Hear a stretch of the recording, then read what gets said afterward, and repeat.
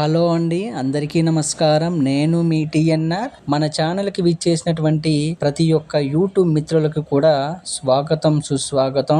ఈ రోజైతే ఒక కొత్త ట్రాలీతో అయితే మీ ముందుకి వస్తున్నానండి. దయచేసి వీడియోని చివరి వరకు చూడండి. మీకు అన్ని వివరాలు పూర్తిగా అర్థమయ్యేటట్టు చెప్పుకుంటూ వెళ్ళే బాధ్యత నాది.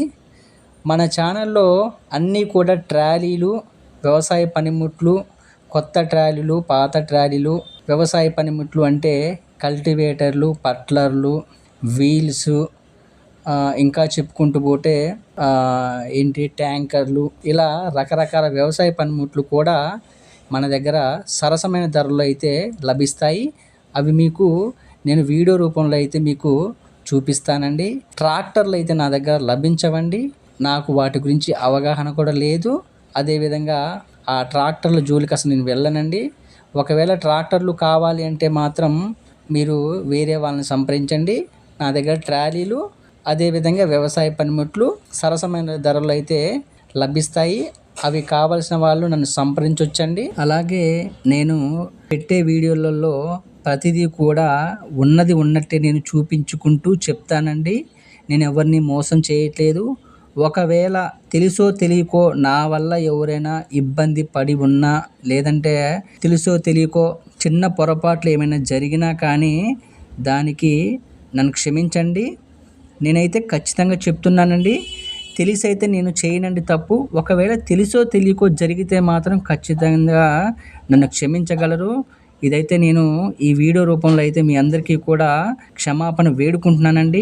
100% చెప్తున్నా కదా, ఏదైనా కానీ ఉన్నది ఉన్నట్టయితే నేను చెప్పి అమ్ముతానండి. కొత్తదైతే కొత్తదని చెప్తాను. కొత్త దాంట్లో కూడా ఒకవేళ పాత మెటీరియల్ ఏదైనా కలిస్తే పలానా చోట పాత మెటీరియల్ కలిసింది అని కూడా చెప్తాను. లేదు, రీమోడల్ చేసింది అయితే ఏ విధంగా రీమోడల్ చేసామో కూడా చెప్తాను. లైట్ వెయిట్ అయితే లైట్ వెయిటే అని, మీడియం అయితే మీడియం అని, హెవీ బకాడి అయితే హెవీ బకాడి అనే చెప్తానండి. లైట్ వెయిట్ని మీడియం అని చెప్పటాలు, మీడియాన్ని హెవీ బకాడి అని చెప్పడాలు అయితే అలాంటి మోసపూరిత పనులైతే నేను చేయనండి.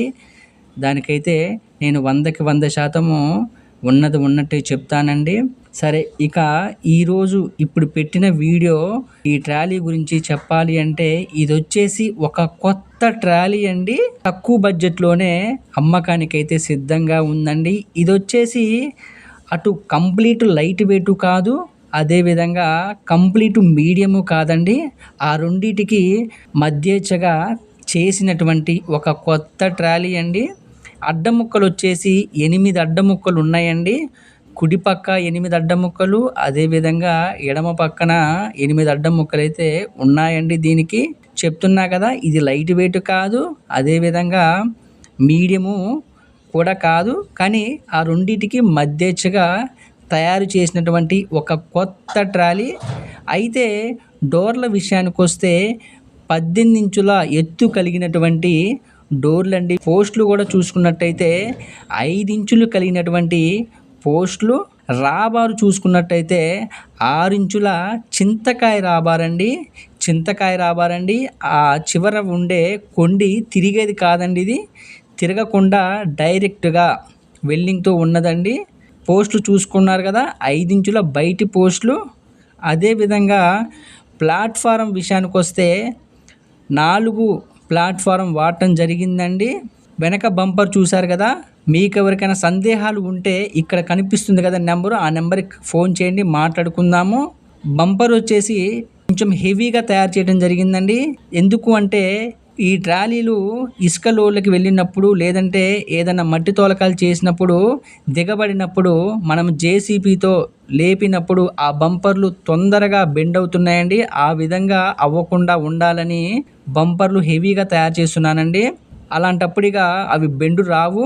రాబార్ వచ్చేసి వైజాగ్ వాడటం జరిగిందండి. వీబెడ్ కూడా వైజాగ్ వాడటం జరిగింది. అలాగే మనము హైడ్రాలిక్ లేపినప్పుడు పైకి లేస్తుంది కదా, ఆ పైకి లేచే తొట్టి తప్ప భూమి మీద ఉండే ప్రతి ఐరన్ కూడా మనము వైజాగ్ మెటీరియల్ వాడటం జరిగిందండి. ఇంకా ఏమైనా సందేహాలు ఉంటే ఇందాక నా నెంబరు చూశారు కదా, ఆ నెంబర్కి ఫోన్ చేయండి, మాట్లాడుకుందాము. ఇంకా టీఎన్ఆర్ ఛానల్ని సబ్స్క్రైబ్ చేసుకోకపోతే దయచేసి సబ్స్క్రైబ్ చేసుకోండి.